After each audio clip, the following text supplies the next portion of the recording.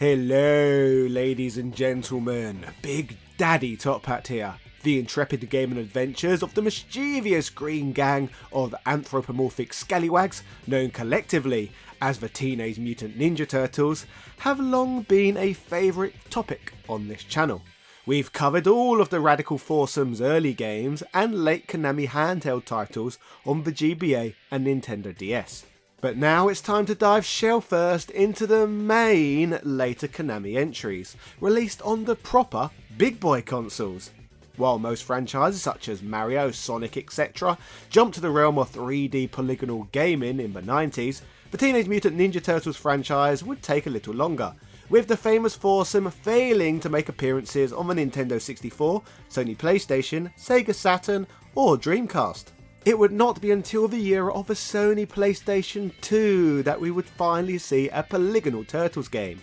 So today, I'll be treating you lucky people to an extended walk down mutant memory lane as we unpack our personalised colour-coded bandanas and take a look at the first true 3D TMNT game. A game that took cues from the extremely popular early 2000s animated series. This, ladies and gentlemen, is the story of a game that brought our beloved Turtles into the next generation. This is the story of Teenage Mutant Ninja Turtles 2003. Yeah! This video is sponsored by FlexiSpot. Writing scripts and researching topics for this channel requires a lot of desk-based work, so I would like to give a huge thank you to FlexiSpot for making my working conditions more comfortable and improving my life quality. FlexiSpot recently sent me one of their E1 classic standing desks. If you're looking for a desk that can maximise a small office space, consider one of these FlexiSpot classic standing desks as a new setup idea. The classic standing desk offers a fully adjustable stand experience from 71 to 121 cm with easy control settings. Built with one motor to lift two legs of the desk, these workstations are super quiet when lifting and lowering. The legs are made from SPCC steel for automobiles, which stabilises the entire desk and prevents shaking. Have grabby pesky meddling kids like myself? Not to worry, as not only does the desk come with built-in collision detection, but even a child lock, providing an additional level of safety, keeping the little ones safe. These desks are free of harmful chemicals, are harder than wood, and the solid surface is built to last. FlexiSpot also offers their workstations in a range of colours to fit your decorations and taste. Thanks to FlexiSpot, I can now work while standing, reducing back pain and improving my posture, all whilst burning additional calories and boosting my mood and focus simultaneously. For those who want to experience these same benefits, fortunately FlexiSpot is currently offering a brand sale, offering up to 38% off from the 23rd of May to May 31st. Follow the link in the description and stand for love today. After the ridiculously popular original 87 Turtles Saturday morning cartoon was unceremoniously cancelled in 1996, and Turtle Mania was finally and very officially over, there was a long barren spell on the Teenage Mutant Ninja Turtles video game front. Since 1993's 8 and 16-bit one-on-one brawler Turtles Tournament Fighters, the only game we got were Tiger Electronic produced handheld abominations. LCD games that you can hardly even call games. The first of which, incidentally, was 1995's Dimension X Assault, which is the only piece of official video game media of any kind based on the infamous and divisive Red Sky seasons of the original cartoon. The second one was based on the really bloody silly Fox Kids live action series, Ninja Turtles The Next Mutation, which inexplicably tried to introduce a fifth member into the crew, to disastrous results. So the less said about that one the better really. Still, to be fair, that didn't stop me releasing a deep dive video on this abysmal era in the past on here anyway.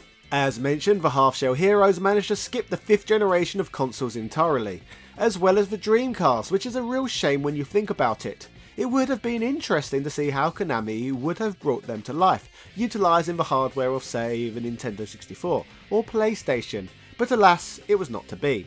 It wasn't until the fantastic Lloyd Goldfine developed 2003 hit animated series debuted that people were reminded of how timeless and enduring Kevin Eastman and Peter Laird's comic book creations were, which in turn meant the demand for more TMNT games was finally a reality. You may say that the Turtles were back to being half-shell celebrities again, due to the immediate but in no way surprising runaway popularity of the animated show. It wasn't long after the first couple of episodes aired that talks regarding adapting the series into a video game franchise began, So of course, Konami would set about rekindling their long forgotten romance with one of their favourite and most successful licenses. Released to North America on the 21st of October on the original Xbox, PS2, GameCube and Windows, with a sister side-scrolling Game Boy Advance version coming just over a week later, which we have of course covered elsewhere on this channel, Teenage Mutant Ninja Turtles was Konami and Yuji Kojima's first attempt at bringing our radical, pizza-crazed heroes into the third dimension. 2003 also marked 10 years since the last full home console Turtles game came out, Turtles Tournament Fighters. A 10-year hiatus from the video game market is so long for a franchise as beloved as Turtles, so there was a lot of pressure on this new iteration, and it had a lot of history to live up to. Being released just over 8 months after the first episode of the show it was based on aired isn't exactly the longest development time, and it could certainly be argued that it was rushed, but Konami knew they had to strike while the iron was hot, and have the game hit store shelves while hype for the show was at its peak. The biggest challenge Konami faced was transitioning the look and feel of the 2003 animated show into fully rendered polygonal characters inside 3-dimensional spaces. They also wanted gameplay to feel somewhat authentic, or at least relatable to the old style 2D brawlers such as Turtles in Time that gamers most closely associated with the Turtles franchise. This was achieved in part by adopting a cel-shaded graphical art style, similar to that found in the likes of Jet Set Radio. This gives the 3D characters a more flat cartoony feel when controlling them, and makes everything feel and look way smoother and more polished as a result. This distinctive style also seems somewhat ahead of its time and helps give the game far more impressive visuals than many of its counterparts from the same era. Cel-shaded graphics just don't seem to age at the same rate, and there are several parts of this game that could pass for a title from the following console generation. The main crux of the gameplay, as I'm sure you could all guess, is a straightforward button bashing brawler of the most rudimentary variety, but the presentation is mostly excellent for a 2003 game, with a lot of effort put into the cutscenes in particular. To kick things off, we are treated to a full rendition of the entire intro to the TV show, but throughout there are also a mix of clips from the first season of the show, with short animated segments drawn in-house by Konami, which look surprisingly good. It's fairly easy to distinguish them from the clips taken from the actual animated series, but more because of a difference in colour contrast and resolution than because they are lower in quality. Menus are bright, vibrant and easy to navigate and stick with the tone of the show the game is based on, and load times are nice and short. All good so far. The first issue occurs when you start the main game up and realise there is only the option for 1 or 2 player. I suppose we should be thankful we do at least have some multiplayer available to us, but everybody knows that one of the biggest draws of Turtles games is being able to play as all 4 Turtles at the same time. Given that most of the systems that this game came out for have 4 controller ports built into the front of the machines as standard, it seems a no-brainer that Konami would want to capitalise on this and incorporate some 4-player action into the game, but apparently not.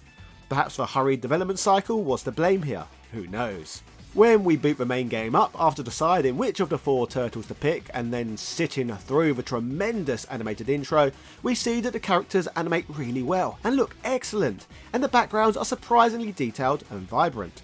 Across different versions of the game there are hardly any drops from the smooth and consistent 60 frames per second, and there is some great use of dynamic lighting, making the Turtles and their enemies really pop off the screen and giving a lot of depth to the visuals. Gameplay is solid and robust, but also a little oversimplistic, with only a severely limited amount of offensive moves available at your disposal. Thing is though, as repetitive as that can be, the aim was obviously to emulate the feel of the old style belt scroller arcade games, and simplicity that was always key there, so you can't really hold it against them too much. It's a little bit of a damned if you do, damned if you don't situation for Konami there. If they deviate too much from the formula and from what people expect, they alienate their core fanbase. But if they stick too stringently to the old gameplay style without accounting for modern sensibilities, they'll be criticised for being too basic and outdated. I think for the most part they got the difficult balance right here, You'll notice straight away when trying out the different characters that all 4 turtles control and handle slightly differently, each with their own distinct, offensive gameplay style. Leonardo is the Ryu of the bunch, well rounded with a balanced mix of speed, range and power. Raphael has a more aggressive arsenal of manoeuvres with more devastating close range combos. Slacker Michelangelo is the quickest and has the most rapid combos of his speedy nunchuck weapons, and Rembrandt has more range than anyone else because of his massive, obtrusive stick. All 4 characters also each have a completely different air attack, with Mikey's being the most notable as he uses his nunchucks as makeshift helicopter blades to propel himself in the air for a short time, although you don't get these abilities until a little later in the game. Despite Leonardo having the most well-rounded statistics, similarly to many previous Turtles games, Donatello tends to actually be the most effective character to choose in most given situations here. All 4 of the sewer dwellers also have ninja stars and a dash attack at their disposal, which is essential for progression in the game, and also makes traversing the levels more enjoyable. The ninja stars, or shurikens if you want to be fancy about it, are held in limited supply but can be found throughout levels and used as a long-range projectile. They're not the most effective in terms of damage, but they're good for stunning enemies from afar before getting into start combos, and there are also different powered up versions found further on in the game. One of the biggest problems Turtles 2003 has, and possibly the most annoying part of the whole experience, is the unbelievably repetitive lines of dialogue.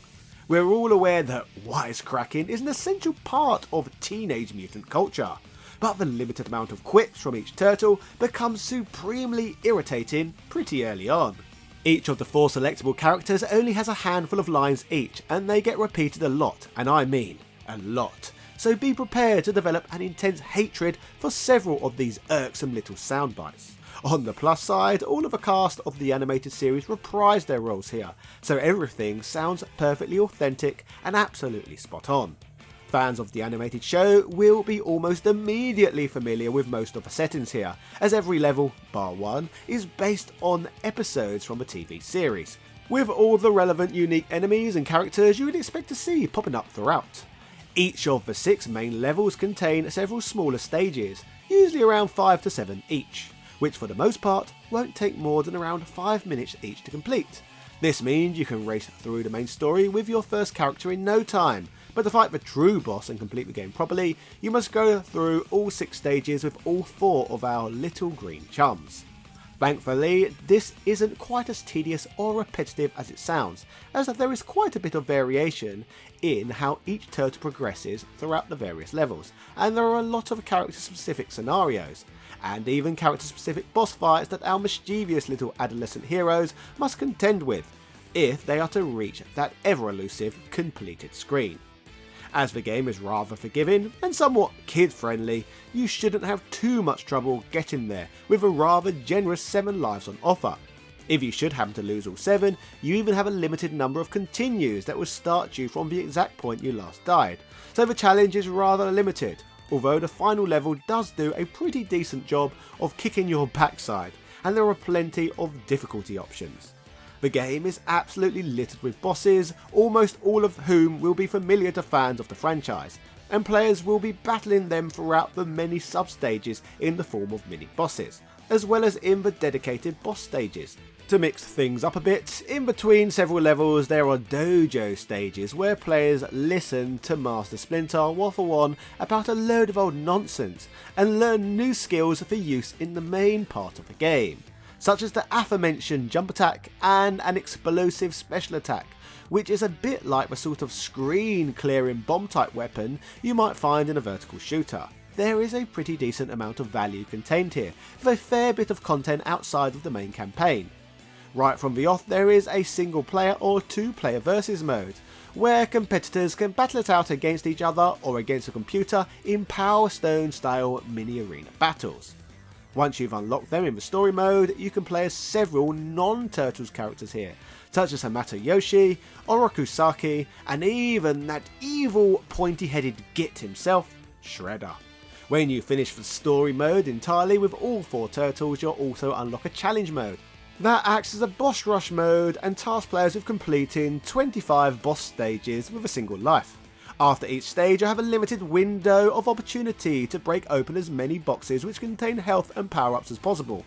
On top of all of that, you've got your usual gallery and database modes, as well as the welcome addition of being able to play through the story again with either Casey Jones or Master Splinter. There are also a couple of nice little bonus Easter eggs in the form of some special themed costumes for our little amphibian chums. These become available if you change the internal clock on your console to either the 25th of December or the 31st of October, which is a nice little touch. At the time of its release, critics weren't too enamoured with Teenage Mutant Ninja Turtles 2003, and it is easy to see why. But that has a lot to do with the bubble that game reviewers often inevitably find themselves in. It may not have been a cutting edge or innovative title for its day, and it may suffer from being extremely repetitive at times, but is also far more playable now and has stood the test of time far better than many other games of the era that were reviewed much higher back then. This particular iteration of our favourite pizza chomping foursome isn't a classic video game by any means, but fans of the animated series it is based on, and fans of the franchise in general, are sure to have a good time here. They may have been away from a video game scene for 10 years, but if Konami and those little amphibians have taught us anything, see what I did there? It's that you can't keep a good turtle down, unless of course it's rolled onto its back, in which case it's extremely easy to keep a good turtle down. These are terrapin jokes. That one didn't even work. So, I guess, ladies and gentlemen, now is the story of Teenage Mutant Ninja Turtles and their jump to the realm of 3D. Be sure to let me know in the comment section what you thought of this game and which other video game titles that you would like to see me spotlight on this channel in the future. I already have a huge playlist for you to check out, providing coverage of well over a dozen different other Turtles games. If you are new here, make sure you subscribe, hit that notification bell, and if you are a really big fan of this show, why not consider backing the show over on Patreon? Speaking of my awesome backers, special shout outs go out to A Murder of Crows, Carl Johnson, Sebastian Velez, Heo Paulo Lopez, Nostalgia Collector, Ben Harradine, Corey Imarsh Sr., Ron Dinched, Evan Border, Philip Manth, Azrael Warakai, Joaquin Varela, Michael Calix, Ego, Jordan Duran, Ian Boyle, Nick Daniels, Princess Zana, Daniel Daly, Computer Man, House of a Ted, Gary Pinkett, ECU Professor, Johnny Holly, August Piazza, Justin Wang, Capcom vs SNK, Hermes Gonzalez, Man Shovel, Michael Hall, Sang He, Norma Stitz, Langston Miller Noob, Sarah Powell, Flaming Renee, Marinara Liga, Teodri Driver, Louis Vian, John Bates, David Bauer, Chris Fisk, Rick67, Antonio Rodriguez, Craig Jenkins, Synth Spaces, Punk Toast, and everybody else who is kind enough and supportive enough to have backed what I do on Patreon. You are amazing, top-notch people. Yeah.